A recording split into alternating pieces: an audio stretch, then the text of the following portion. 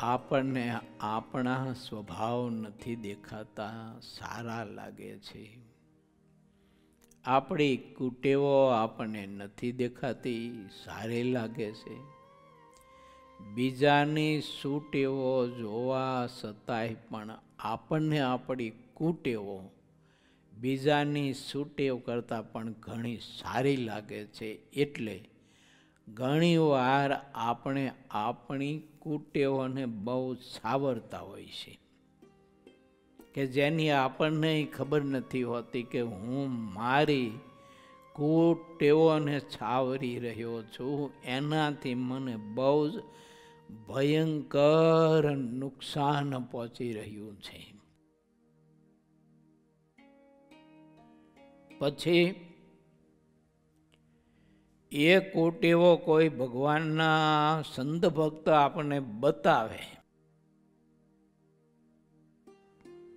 તો પણ તે આપણી નબળાઈ કે કુટેવો આપણે સ્વીકારતા નથી. કારણ કે બીજાની સુટેવનું દર્શન કરી ન શક્યા, પોતાની કુટેવનું દર્શન ન કરી શકો, એટલે પોતાની કુટેવને છાવરી છાવરી છાવરી અને ગામેરા આખલા જેવી કરી પછી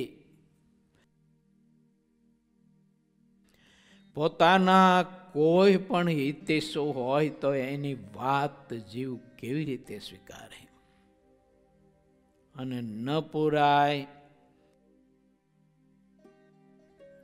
એવી ખોટ માણસના પોતાના જીવનમાં એને જતી હોય છે, આવતી હોય છે, અને તે ખોટ ભોગવવી પડતી હોય છે. માટે વિચારીએ, આપણે સૌ કોઈ ભક્તિના માર્ગે ચાલ્યા છીએ તો આપણે આપણી કુટેવો જોઈએ, કુટેવોને છાવરીએ નહીં, પરંતુ કુટેવોને છોલીએ. છાવરવાના બદલે કુટેવોને છોલવી, મતલબ કે કુટેવો આપણી છોડવી અને કુટેવો ઘટે તેવો આપણે પુરુષાર્થ પ્રયત્ન કરવો અને સુટેવ પાડવી. ભગવાનનું ધ્યાન કરવું, ભજન કરવું, સત્સંગ કરવો, સેવા પરિચર્યા કરવી, ભક્તિ કરવી, સારા શાસ્ત્રનું વાંચન કરવું, સારાનો સંગ કરવો, સારી વાત સાંભળવી, નબળી વાત સાંભળવી નહીં, નબળાનો સંગ કરવો નહીં, નબળું સાહિત્ય વાંચવું નહીં, અને ખોટો વ્યર્થ સમયે આપણે નિર્ગમન કરવો નહીં, એટલે બગાડવો નહીં. ક્ષણે ક્ષણ આપણી મોક્ષના કામમાં ઉપયોગ લેવી. ઘડીભર પણ ભગવાનનો ભક્ત ગુણાતીતાનંદ સ્વામી એવું લખ્યું છે કે ખાઈને નવડો બેસી ન રહે. ઘડીભર ભગવાનનો ભક્ત જમીને ભોજન કરીને ખાઈને નવડો બેસી ન રહે, પરંતુ પોતાના મોક્ષ સંબંધી કોઈ પ્રવૃત્તિઓ અખંડ અખંડ કરતો રહે. માટે આપણે હબસી જેવું ન કરવું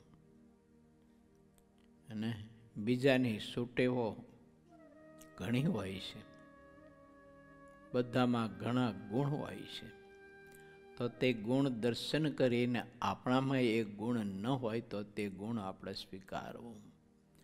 સેવા કરવાની શ્રદ્ધા ના હોય ને તો કોઈની સુટેવ હોય એવી સેવા કરવાની ખૂબ જ સુટેવ શ્રદ્ધા હોય તો આપણે આળસ કંચેરી અને શ્રદ્ધાથી મહાત્મયથી ખૂબ જ સેવા પરિચર્યા કરવી. ધ્યાન ભજનનું અંગ ના હોય તો બીજાનું ધ્યાન ભજનનું અંગનું દર્શન કરી અને આપણે પણ ધ્યાન ભજનના અંગ બાંધવા.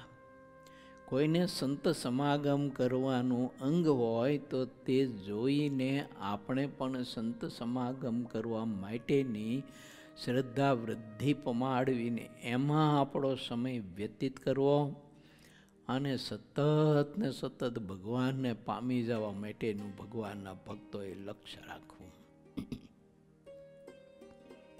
યુગો ને કલ્પોથી આ જીવ કુટેવો પાડતો રહ્યો છે અને કુટેવોને છાવરતો રહ્યો છે યુગોથી. આ એક જ જન્મની વાત નથી.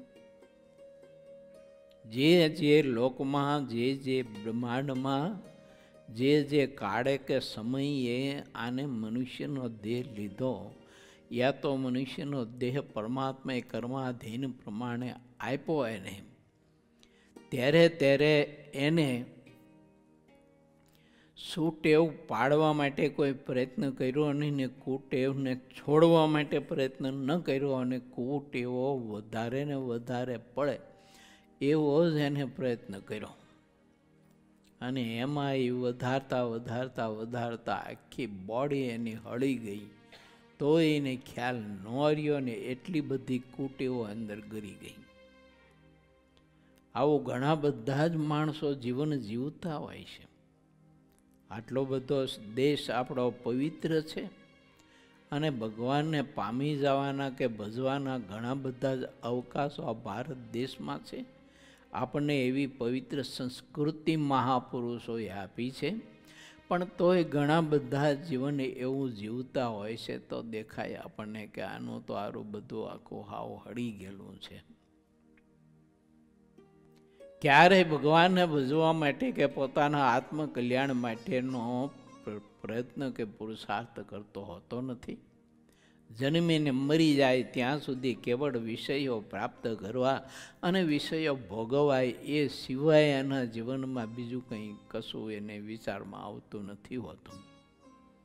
અને એ વિષયો પ્રાપ્ત કરવા માટે ન કરવાના અનેક પ્રકારના કુકર્મ કરી શાસ્ત્રની મર્યાદાઓ તોડીને ભગવાનને મહા મોટા પુરુષોની મર્યાદાઓનું ઉલ્લંઘન કરી અને માણસ આવી બધી કુટેવને આધીન થઈ અને પાપના પોટલા અધિક ને અધિક વધુ ને વધુ બાંધતો રહ્યો હોય છે. એટલે તે કુટેવો બધી ઘર કરી ગઈ હોય છે. જ્યાં જન્મે ત્યાં એ કુટેવો જ પાછી એને કોઈ વિષયોમાં એની ઈચ્છાઓમાં આકર્ષી અને કુટેવો વધે નહીં એવો જ પ્રયત્ન થતો હોય છે. આ વખતે અવસર છે માટે આપણે સૌ કોઈ સારી એવી સુટેવ પાડવી, સારી રુચિ આપણે બાંધવી. મોટા પુરુષો એવું કહેતા કે અંતે રુચિ સહાય કરશે. સારી રુચિ જો બાંધી હશે તો એ સારી રુચિ અંતે આપણને સહાય કરશે, બાકી બીજું કશું કંઈ સહાય નહીં કરી શકે.